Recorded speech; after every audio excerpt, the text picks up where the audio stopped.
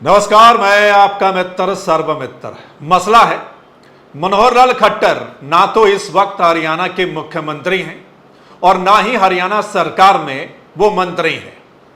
तो फिर वो किस बिना पर हरियाणा के कर्मचारियों और अधिकारियों को चेतावनी दे रहे हैं कि उनके खिलाफ कार्रवाई की जाएगी।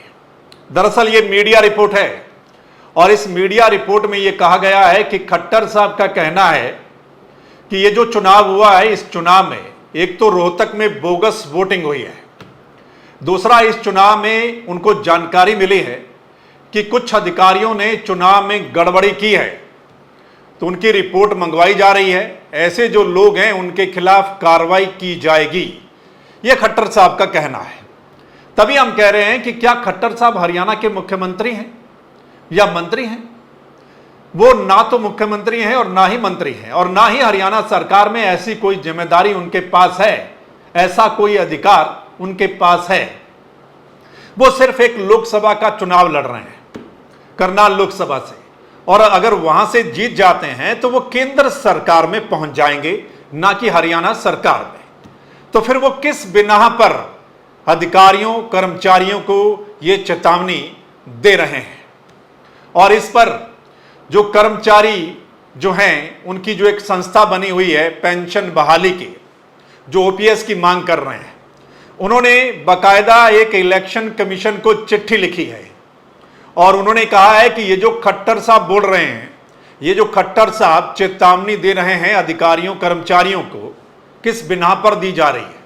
अगर उनको लगता है तो वो इलेक्शन कमीशन को इसकी शिकायत कर सकते हैं। अगर कोई बोगस वोटिंग हुई है, अगर किसी अधिकारी कर्मचारी ने गड़बड़ी की है, तो वो इलेक्शन कमीशन को इसकी शिकायत कर सकते हैं। लेकिन ये चेतावनी देना और कार्रवाई करने की धमकी देना, क्या ये सही है? ये कर्मचारियों ने एक लेटर लिखा है इलेक्शन कमीशन को। वहीं खट्टर साहब जो बोगस वोटिंग की बात कर रहे हैं कि रोहतक में बोगस वोटिंग हुई है, तो उस पर विपक्ष का क्या कुछ कहना है। विपक्ष के नेता भूपेंद्र सिंह हुड्डा ने क्या कुछ कहा, सुन लीजिए। क्या अथॉरिटी है उनकी? मैं बतौर विपक्ष नेता उनसे सवाल पूछना चाहता हूँ, उनकी क्या अथॉरिटी है, किस बात के लिए? अरे गवर्नमेंट उनकी, वहाँ पोलिंग एजेंट उनके, पोलिंग एजेंट तो बैठे हुए ना, तो कोई ऐसी रिपोर्ट आई है क्या पूरे उसमें? उस टाइम तो करनी। अब ये जो इस किस्म के बयान जो है वो फ्रस्ट्रेशन के बयान होते हैं और मैं या अपनी हार स्वीकार करने के बयान होते हैं। हार स्वीकार कर चुके हो। तो सुना आपने, अक्सर विपक्ष ऐसा कहता है कि यहां फलां फलां जगह पर बोगस वोटिंग हुई है, सत्ता पक्ष ने धक्केशाही की है, ऐसा किया है वैसा किया है। और यहां पर सत्ता पक्ष बोल रहा है, यहां पर सत्ता पक्ष बोल रहा है कि बोगस वोटिंग हुई है और अधिकारियों कर्मचारियों ने गड़बड़ी की है। दरअसल ऐसा अक्सर विपक्ष कहता है कि बोगस वोटिंग हुई है, सरकारी मशीनरी का दुरुपयोग किया गया है, अधिकारियों कर्मचारियों का गलत इस्तेमाल किया गया है। ऐसी अक्सर बातें हम विपक्ष की ओर से सुनते हैं। लेकिन हरियाणा में ऐसा उल्टा देखने और सुनने को मिल रहा है कि सत्ता पक्ष के लोग ऐसा बोल रहे हैं कि बोगस वोटिंग हुई है और अधिकारियों कर्मचारियों ने ऐसा कुछ किया है। यह चुनाव के बाद की बात है कि जब वो समीक्षा कर रहे हैं, बीजेपी के नेता खट्टर साहब भी उसमें होते हैं, आपको पता है, और समीक्षा में यह बात सामने आ रही है।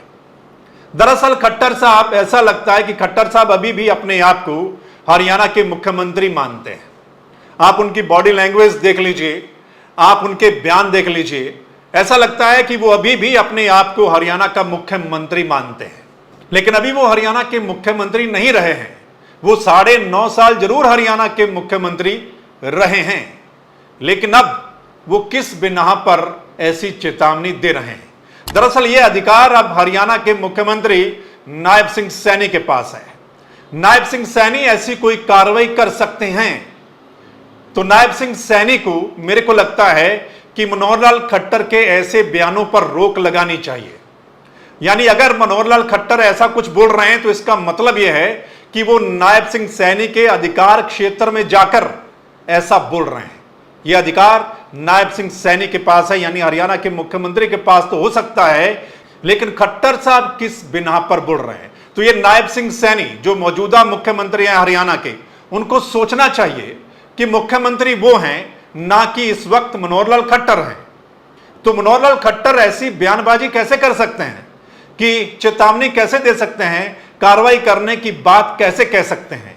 तो ये नायब सिंह सैनी को सोचकर खट्टर साहब के ऐसे बयानों पर रोक लगानी चाहिए।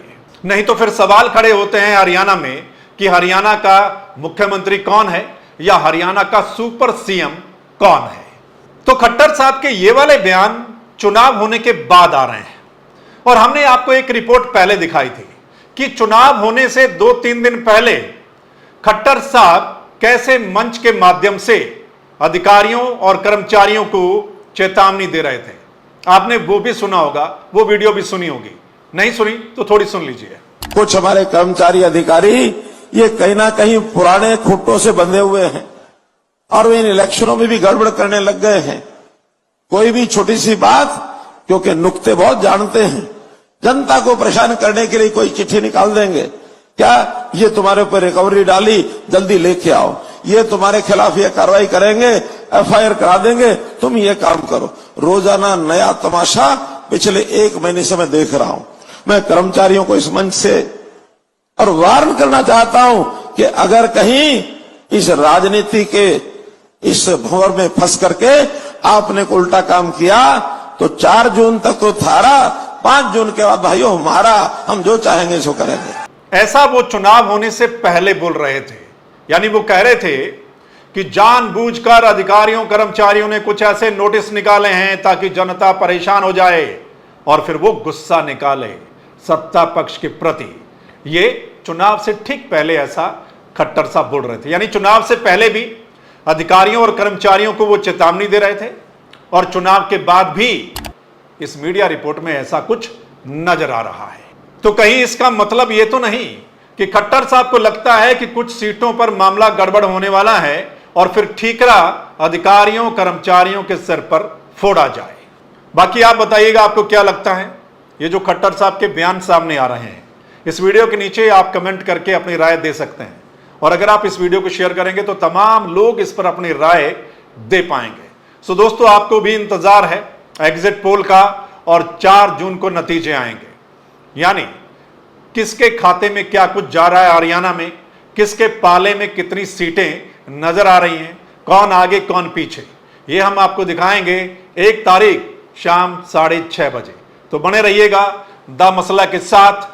फिर मिलते हैं अगले मसले के साथ। तब तक के लिए नमस्कार, आदाब, सत श्री अकाल, राम राम।